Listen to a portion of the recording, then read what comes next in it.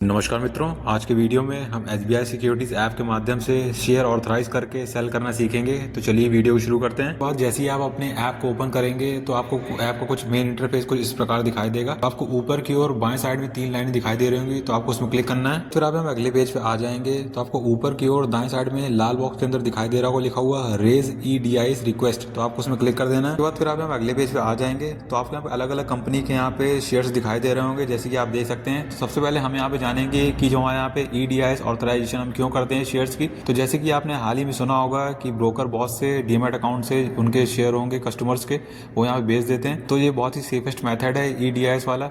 यहाँ पे आप अपने पहले शेयर को ऑथराइज करेंगे, फिर उसके बाद OTP से वेरिफिकेशन करेंगे, तब आपका जो ब्रोकर होगा तब आपके शेयर्स को यहाँ पे छू पाएगा। तो आज के वीडियो में हम इसको वही करने वाले हैं। पहले हम यहाँ पे ऑथराइज करेंगे, फिर OTP से वेरीफाई करेंगे और फिर उसके बाद हम यहाँ पे सेल ऑर्डर प्लेस करेंगे। तो चलिए शुरू करते हैं। तो जैसे कि आपको यहाँ पे 3 सिक्योरिटी दिखाई दे रही होंगी, तो इनमें से कोई भी हम यहाँ पे चुन लेते हैं। तो जैसे कि मान लीजिए हम यहाँ पे यूनियन बैंक को यहाँ पे सेल करेंगे आज। तो सबसे पहले आपको यहाँ पे एक बाईं साइड में खाली डब्बा दिखाई दे रहा होगा जहाँ पे लिखा है यूनियन बैंक, तो आप सबसे पहले उसमें इसको चुन लेंगे। फिर उसके बाद आपको हमें नीचे दिखाई देगा एंटर क्वांटिटी फॉर EDIS, तो आपको अवेलेबल क्वांटिटी कितनी दिखाई दे रही है 1, तो आपको 1 ही अंकित करेंगे यहाँ पे, क्योंकि ये हमारी अवेलेबल क्वांटिटी 1 है। अगर इससे ज़्यादा हम यहाँ पे नहीं कर सकते ये, तो आपको इसके बात का बिल्कुल ध्यान रखना है। जितनी क्वांटिटी है आपको उतनी ही यहाँ पे अंकित करनी है।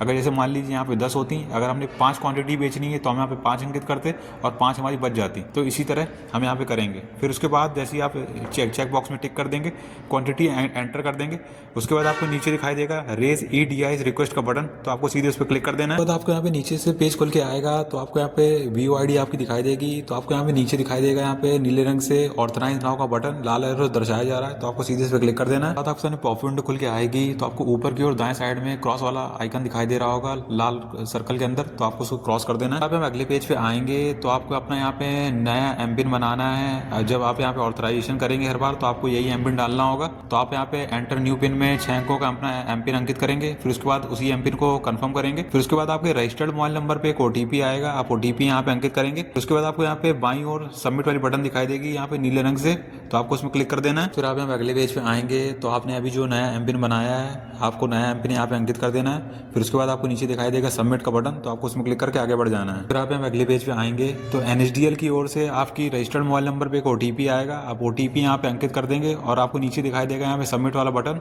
तो आपको उसमें क्लिक कर देना है और आगे बढ़ जाना है। बाद आपके सामने सक्सेस वाला संदेश आएगा और दिखाई दे रहा होगा लिखा हुआ your transaction has been successfully captured. फिर उसके बाद आपके सामने पॉप विंडो खुल के आएगी दूसरी, आपको इसमें दिखाई दे रहा होगा लिखा हुआ कि आपका जो ऑथराइजेशन है सिलेक्टेड ISIN का, वो यहाँ पे सफलतापूर्वक हो गया है। तो आपको यहाँ पे दाएं साइड में दिखाई दे रहा होगा लिखा हुआ ठीक है लाल सर्कल के अंदर, तो आपको उसमें क्लिक कर देना है। फिर आप यहाँ पे उसी वाले पेज पे वापस आ जाएंगे। तो जैसे कि आप यहाँ पे देख सकते हैं यूनियन बैंक में आपको पहले ऑथराइज क्वांटिटी वहाँ पे 0 दिखाई दे रही थी, अब आपको यहाँ पे ऑथराइज क्वांटिटी लाल सर्कल के अंदर 1 दिखाई दे रही होगी। तो और आप जैसे कि ऊपर भी देख सकते हैं BCG वाले शेयर पे और नीचे यस बैंक में भी अभी हमने उनको ऑथराइज नहीं किया है, तो वहाँ पे उनकी क्वांटिटी वहाँ पे 0 दिखाई दे रही है। तो जैसे कि आपको यहाँ पे एक बात का बिल्कुल ध्यान रखना है कि सबसे पहले आपको अपने शेयर को हर बार ऑथराइज करना है, जितनी भी क्वांटिटी आपको सेल करनी है। फिर उसके बाद आपको यहाँ पे सेल ऑर्डर लगाना है, जैसे कि मैं बार बार आपसे यही कह रहा हूँ, तो इस बात का बिल्कुल ध्यान रखें।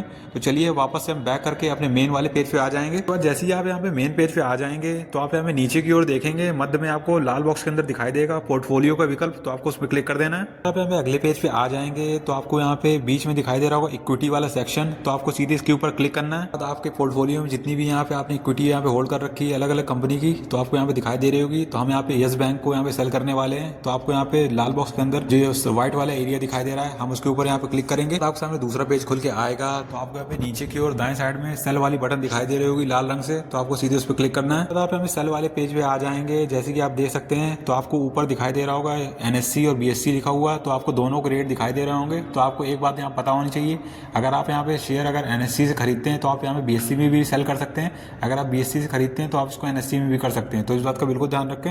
फिर उसके बाद आपको यहाँ पे नीचे दिखाई देगा प्रोडक्ट में डिलीवरी, तो आपको डिलीवरी ली हुई है, तो आपको यहाँ पहले से ऑटो सिलेक्ट है। तो उसके बाद आपको नीचे दिखाई दे रहा होगा sell shares from your demat instantly, कि हमारे जो डीमेट अकाउंट में शेयर है हम यहाँ पे उन्हीं को यहाँ पे बेच सकते हैं। फिर उसके बाद जितनी क्वांटिटी हमने हमने यहाँ पे ऑथराइज की है हम उतनी क्वांटिटी यहाँ पे अंकित कर देंगे। तो हमने एक क्वांटिटी ऑथराइज की है तो हम यहाँ पे एक अंकित कर देंगे।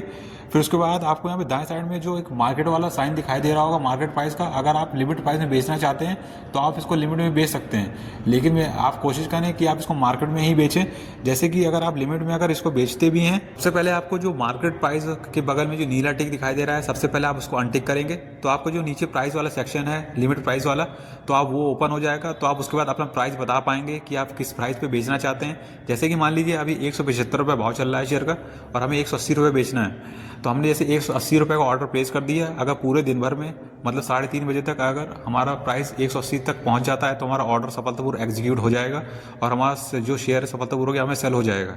अगर हमारा प्राइस अगर नहीं पहुंचा तो हमारा जो ऑर्डर होगा अपने आप कैंसिल हो जाएगा। सबसे महत्वपूर्ण चीज़ मैं आपको ये बताना चाहता हूँ कि अगर हमारा जो शेयर है अगर लिमिट प्राइस में अगर नहीं बिका तो हमें अगले दिन फिर से इसको ऑथराइज करना पड़ेगा और फिर उसके बाद हम यहाँ पे अपना सेल ऑर्डर लगा पाएंगे। तो इस बात का बिल्कुल ध्यान रखें। तो जैसे कि अगर आपने यहाँ पे ऑथराइज कर दिया है तो उसके बाद कोशिश करें कि आप इसको मार्केट प्राइस में ही सेल करें। तो जैसे कि मैं आपको बता रहा हूँ, तो मैं आशा करता हूँ आप यहाँ पे इतना समझ गए होंगे। फिर उसके बाद हम इसको यहाँ पे मार्केट में ही सेल करने वाले हैं। तो जैसे कि हमने अपनी क्वांटिटी अंकित कर दी और उसके बाद आपको यहाँ पे नीचे दिखाई दे रहा होगा लाल रंग से सेल वाला बटन, तो हम उसमें क्लिक कर देंगे। चलिए कर देते हैं। बाद आपके सामने दूसरा पेज खुल के आएगा तो आपको यहाँ पे नीचे दिखाई देगा hold share and place order, तो आपको सीधे इस पर क्लिक कर देना है। बाद आपके सामने दूसरा पेज खुल के आएगा कि आपका जो ऑर्डर है सफलतापूर्वक यहाँ पे लग चुका है, जैसे कि आप देख सकते हैं। फिर उसके बाद आपको यहाँ पे नीचे दिखाई देगा नीले रंग से दाएं साइड में व्यू ऑर्डर बुक का यहाँ बटन लाल एरो दर्शाया जा रहा है, तो आपको सीधे इस पर क्लिक करना है। और फिर आप यहाँ पे ऑर्डर्स वाले पेज पे आ जाएंगे। तो जैसे कि आप देख सकते हैं कि हमारा जो प्राइस है 175 रुपये 70 पैसे के आसपास हमारा जो शेयर है यहाँ पे बिक चुका है। फिर उसके बाद आपको क्या करना है, आपको यहाँ पे दिखाई देगा यहाँ पे मध्य में ऊपर की ओर टुडेज पोजीशन का विकल्प, तो आपको सीधे उस पर क्लिक करना है। जैसे ही आप यहाँ पे अगले पेज पे आएंगे टुडेज पोजीशन वाले, तो आपको यहाँ पे दिखाई देगा कि आपकी पोजीशन यहाँ पे चल रही है और आप यहाँ पे सोचेंगे कि हमारी पोजीशन यहाँ पे क्यों चल रही है। आप यहाँ पे चिंता करने की जरूरत नहीं है, आपका जो यहाँ पे शेयर है सफलतापूर्वक यहाँ पे सेल हो गया है। तो आपको एक बात यहाँ पे ये ध्यान रखना है कि आपको इस पोजीशन को यहाँ पे क्लोज नहीं करना है, क्योंकि आपने यहाँ सेल कर दिया है। अगर आप फिर से इसको क्लोज करेंगे तो आपका जो शेयर होगा फिर से बाय हो जाएगा। तो इस बात को बिल्कुल ध्यान रखें। जब दिन का यहाँ पे 3:30 बजे के बाद ये यहाँ पे अपने आप जो पोजीशन अपने आप क्लोज हो जाएगी, आपको यहाँ पे चिंता करने की जरूरत नहीं है। तो आपको जब यहाँ पे 3:30 बजे के बाद जब आप देखेंगे तो आपको मैसेज भी प्राप्त होंगे कि आपकी जो क्वांटिटी है ब्रोकर की तरफ से यहाँ पे ब्लॉक कर ली गई है और आपका जो शेयर है आप सफलतापूर्वक यहाँ पे सेल कर दिया जाएगा। तो आपको यहाँ पे चिंता करने की जरूरत नहीं है और आपके जो पोर्टफोलियो में भी जो शेयर होगा वो तुरंत यहाँ पे वहाँ पे क्वांटिटी यहाँ पे गायब नहीं होगी, तो कुछ समय तक वहाँ पे रहेगी। तो आप यहाँ पे चिंता मत करिएगा। तो इस बात का बिल्कुल ध्यान रखें। तो मैं यहाँ पे आशा करता हूँ आप यहाँ पे समझ गए होंगे कि किस तरह हम SBI सिक्योरिटीज ऐप के माध्यम से अपने शेयर्स को यहाँ पे ऑथराइज करते हैं और एमपिन के माध्यम से और OTP के माध्यम से। फिर उसके बाद आपको यहाँ पे सेल ऑर्डर लगाना है जैसे मैंने वीडियो में बताया। तो आपको पूरी प्रक्रिया उसी तरह पालन करनी है जैसे मैंने वीडियो में बताया। अगर आपको वीडियो अच्छा लगा तो वीडियो को लाइक करिए, चैनल सब्सक्राइब करें और कमेंट जरूर करें।